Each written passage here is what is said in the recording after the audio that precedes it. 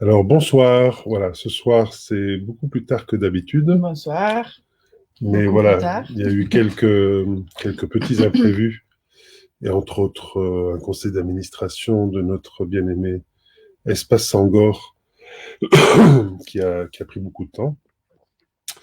Donc voilà, donc peut-être que vous êtes tous en train de regarder des films et tout, vous verrez ça en différé, ce n'est pas bien grave.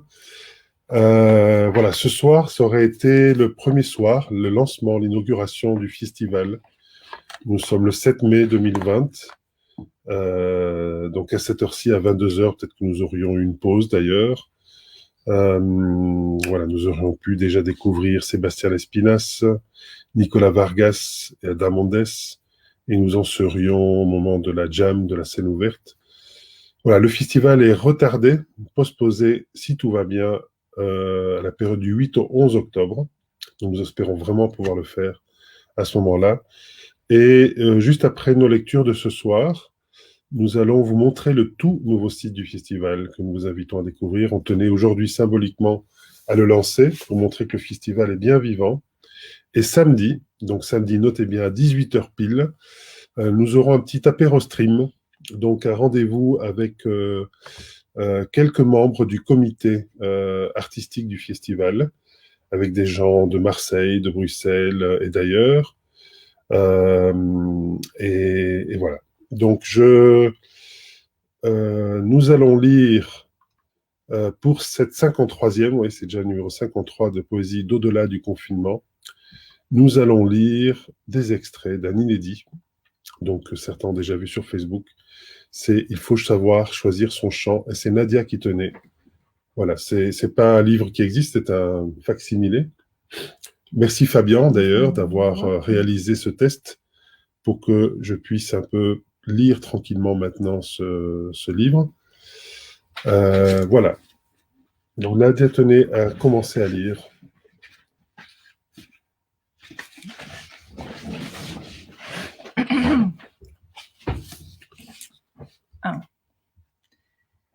Il avait levé les yeux pour contrôler l'état de la toiture. 600 trous de lumière perçaient les tuiles. Entre chaque rayon, son être entier riait. 2. Il pensait saper l'œuvre du maître et, avec méthode et persévérance, mais c'était ses propres pieds qu'il visait, sans les voir. 3. Il avait décidé de compter les nombres exacts d'araignées qui tissaient leurs toiles dans les jardins du maître. Il aurait ensuite comparé ces nombres avec les nombres exacts des toiles du même jardin. La différence donnerait une idée du chemin à parcourir encore avant l'éveil. Un matin, le maître les retrouva perchés sur les figuiers à manger les fruits de l'arbre. Sauf que ce n'était pas encore la saison et qu'il n'y avait pas de fruits. En réalité, il n'y avait même pas de figuiers dans ces jardins. Mais ça, le maître se garda bien de le lui dire.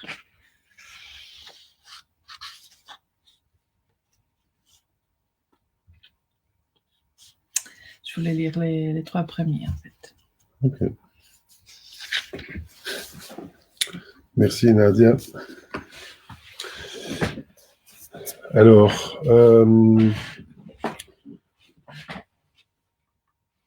je ne sais pas si certains ont des questions, vous savez, ce jeu du FAL que l'on fait, mais pour les gens qui nous regardent, je vais ouvrir au hasard. Et s'il y a des questions qu'on se pose, peut-être que certains textes vont y répondre.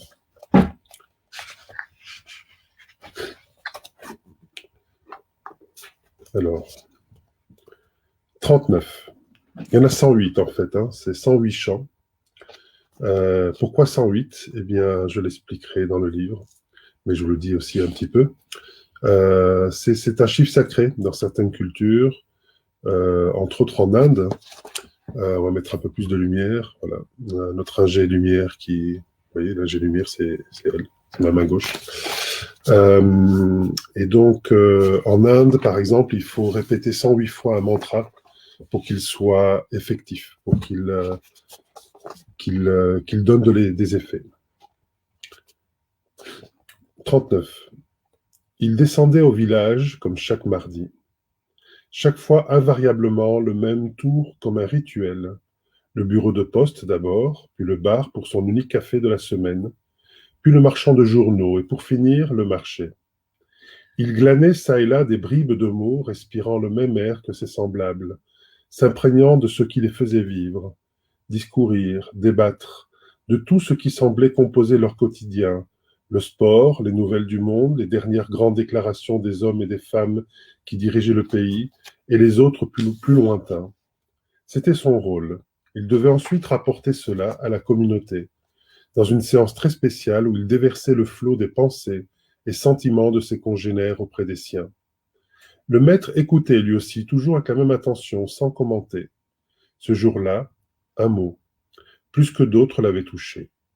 Que pouvait signifier être assisté et lutter contre cela?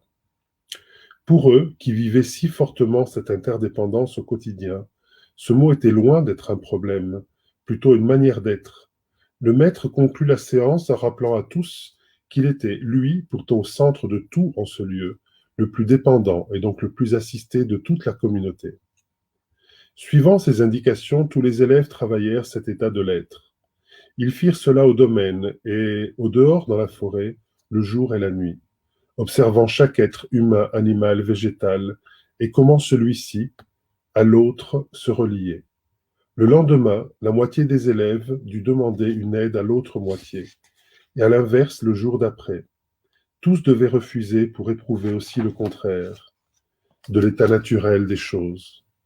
Le mardi suivant, pour la première fois, ils descendirent tous au village. 108 élèves jeunes et mûrs et vieux pour donner, qui a mangé, qui a un objet, qui a un coup de main pour une tâche difficile ou aisée. Ils repartirent quand tous les habitants avaient reçu. Le maître aussi donna à chacun des villageois. Quand il revint, plusieurs jours après, le village entier le suivait. Pour vivre, même une seule journée en ce lieu dut plus recevoir. Tout leur fut refusé. Ils restèrent là toute la nuit. Dehors dans le froid, personne pour leur donner même un verre d'eau ou un morceau de pain. Le lendemain, ils constatèrent que les lieux étaient vides. Ils rentrèrent chez eux. Devant chaque maison, devant chaque commerce, les attendait un panier de vivres abondants, et de l'eau, et du vin, et un grand bouquet de fleurs. Plus personne au village depuis ce jour-là ne parla en mal des assistés. Cela devint un rituel.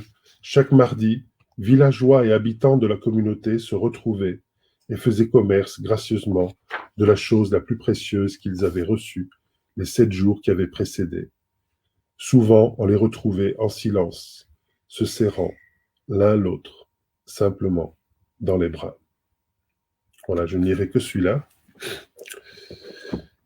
C'est ce que je nous souhaite à toutes et tous, de pouvoir nous resserrer le plus rapidement possible, toutes et tous, les uns les autres, dans les bras.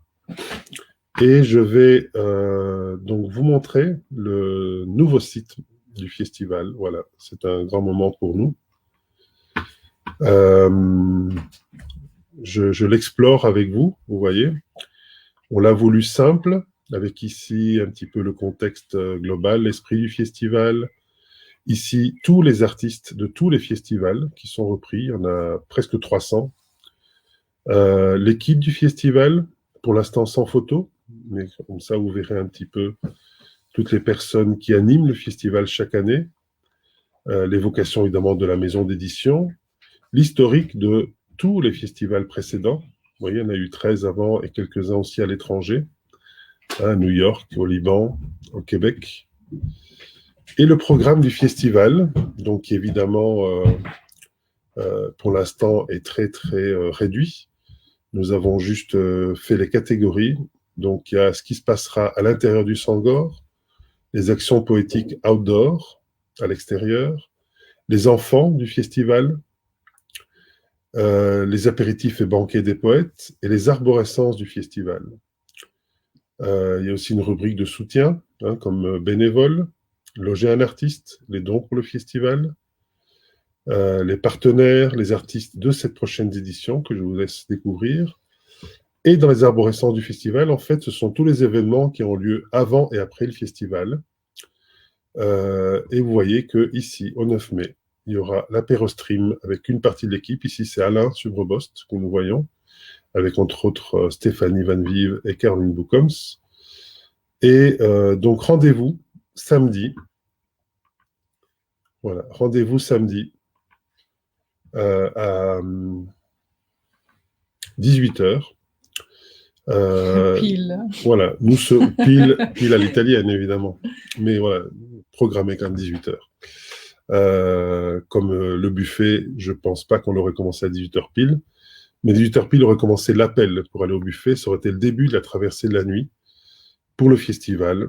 Donc, je vous invite à visiter le site que je vais remettre ici en temps direct. Et demain soir, voilà, ça c'est le site. Demain soir, vendredi 8 mai, j'aurai le plaisir d'héberger sur cette même surface vidéo 3 amis poètes. C'est Jérémy Tolomé, Kev Larage, donc Jérémy Tolomé depuis Charleroi, Kev Larage depuis Rennes, et Joya Kayaga depuis Namur ou environ. Voilà, je vous remercie. On a fait bref parce qu'il est tard. Je vous invite à continuer ce que vous étiez en train de faire ou à faire les choses autrement. Je vous souhaite une bonne soirée. À demain.